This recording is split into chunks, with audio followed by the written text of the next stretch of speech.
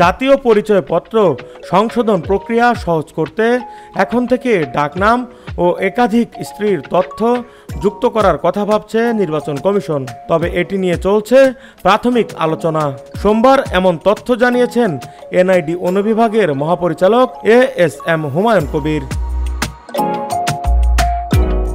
তিনি বলেন, প্রাথমিকভাবে আমরা বসেছিলাম, আমাদের কাছে প্রচুর সংশোধনের আবেদন আসছে, কিন্তু দেখা যাচ্ছে প্রচুর আবেদনে ডাকনামটা পাচ্ছি না, সেজন্য আমাদের আবেদনগুলো সমাধান করতে পারছি না। আমরা গতকাল বিষয়টি নিয়ে বসেছিলাম, তখন প্রাথমিক একটা আলোচনা হয়েছে, যেহেতু বাংলাদেশে প্রচুর মানুষ ডাকনাম আলাদাভাবে ব্যবহার করে, অফিসিয়াল নেমকে আসল নাম হিসেবে ব্যবহার, এক্ষেত্রে যদি ভোটার নিবন্ধনের 2 নম্বর ফর্মে ডাক নামটা নিয়ে নিতে পারি, সেটা আমাদের অনেক লোককে চিহ্নিত করতে সহায়তা করবে। হুমায়ুন কবির বলেন, দ্বিতীয় বিষয়টা হচ্ছে, অনেক সময় দ্বিতীয় স্ত্রীরা বলেন ডাটাবেজে নামটা অন্তর্ভুক্ত করতে। একাধিক স্ত্রী যদি কারো থাকে, তাহলে আগেই যদি সেটা আমরা সংগ্রহ করে নেই 2 নম্বর ফর্মে, তাহলে দেখা যাবে ভবিষ্যতে সে সমস্যা আর থাকবে না। তাই 2 নম্বর ফর্মে এটা রাখা যায় কিনা আমরা তা আলোচনা করেছি। যদি কমিশন এটা অনুমোদন দেয়, তাহলে আমরা সেটা 2 নম্বর ফর্মে অন্তর্ভুক্ত করতে পারি।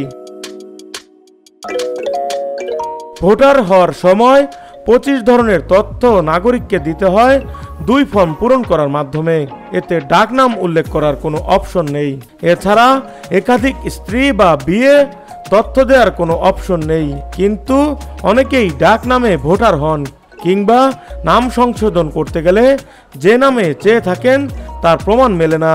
কাজেই 2 নম্বর ফর্মে কারো ডাকনাম থাকলে সেটা যাচাই করতে সহজ হবে, এতে সেবাও মিলবে দ্রুত। অন্যদিকে অনেক নারীর স্বামী মারা গেলে সম্পত্তি ভাগাভাগিতে ঝামেলায় পড়েন। যদি স্বামীর এনআইডিতে স্ত্রীর নামের সঙ্গে না মেলে, বিশেষ করে যাদের একাধিক বিয়ে হয়, তাদের এ সমস্যা বেশি হয়। এক্ষেত্রে 2 ফর্মে একাধিক স্ত্রীর নাম থাকলে সেই সমস্যাগুলো সহজেই সমাধান করা যাবে। ডেস্ক রিপোর্ট, ভোরের পাতা।